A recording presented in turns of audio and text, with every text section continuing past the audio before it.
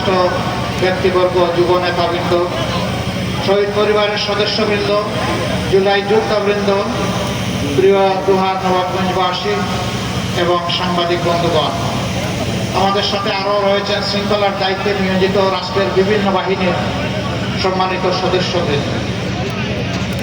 আজকে নির্বাচনী প্রচারণার শেষ দিন বা শেষ রাত বলতে পারেন, এবং আনুষ্ঠানিক প্রচারণায় সব কিছু মাড়িয়ে গুটিয়ে আজ আমি সর্বশেষ জনসভায় আপনাদের সামনে এখানে এসে হাজির হয়েছি।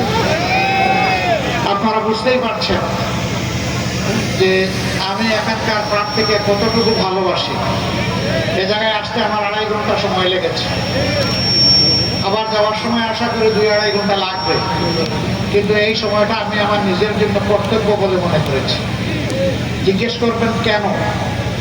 উত্তর খুবই সিম্পল। তিনি বিলাতের মাটিতে বিলাসবহুল জীবনযাপন করতে পারতেন, সেখানকার একজন সুনামধন্য আইনজীবী তিনি, তার যথারীতি সেখানে প্র্যাকটিস ছিল, কিন্তু আমার দেশের প্রয়োজনে তাকে বলেছি, তুমি এই মাটির সন্তান, এই মাটি তোমাকে চাই, তোমাকে আমার প্রয়োজন, তোমাকে আসতে হবে।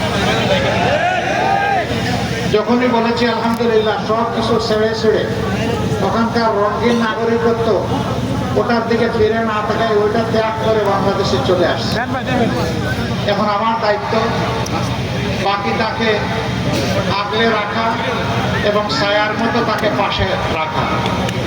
আমি বার্তা দিতে এসেছি, ঢাকা একবাসী আপনারা ইনসাফের জন্য একটি দুর্নীতিমুক্ত, চাঁদাবাজ মুক্ত, মামলাবাজ মুক্ত, ভূমি দস্যু মুক্ত, একটা অপরাধ মুক্ত সমাজ গড়ার জন্য এবং আধিপত্যবাদ মুক্ত একটা সমাজ গড়ার জন্য আপনারা এই সিটটা আমাদেরকে মেহেরবানি করে উপহার দিন। আপনারা যদি এই সিটটা উপহার দেন তাহলে আমি ধরে নিব যে বাংলাদেশের সবাই আমাদেরকে সিট উপহার দেবে। কারণ একটা কথা আছে, শেষ ভালো যার সব ভালো হয়। এটি যেহেতু আমার শেষ নির্বাচনী জনসভা, আপনাদের কাছেই আমি আবেদনটা রেখে গেলাম। অতীতে অত্যাচার করেছেন, তাদের দিন শেষ, এদিন আর ফিরে আসবে না।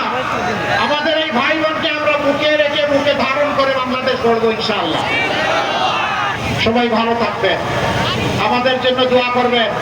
আমরা কোনো অলিক ওয়াদা কাউকে দেই নাই, মিথ্যা দুঃখাবাজের ওয়াদা দেই নাই, যা পারবো না সেই রঙিন স্বপ্ন আমরা দেখাই নাই, যা বাস্তব তাই আমরা বলার চেষ্টা করেছি। আমি কৃতজ্ঞতা আদায় করতে চাই বিশেষভাবে যারা প্রবাসে অবস্থান করছেন, তারা শক্ত করে আমার মতো সৃষ্টিগত করে ধরতে হবে।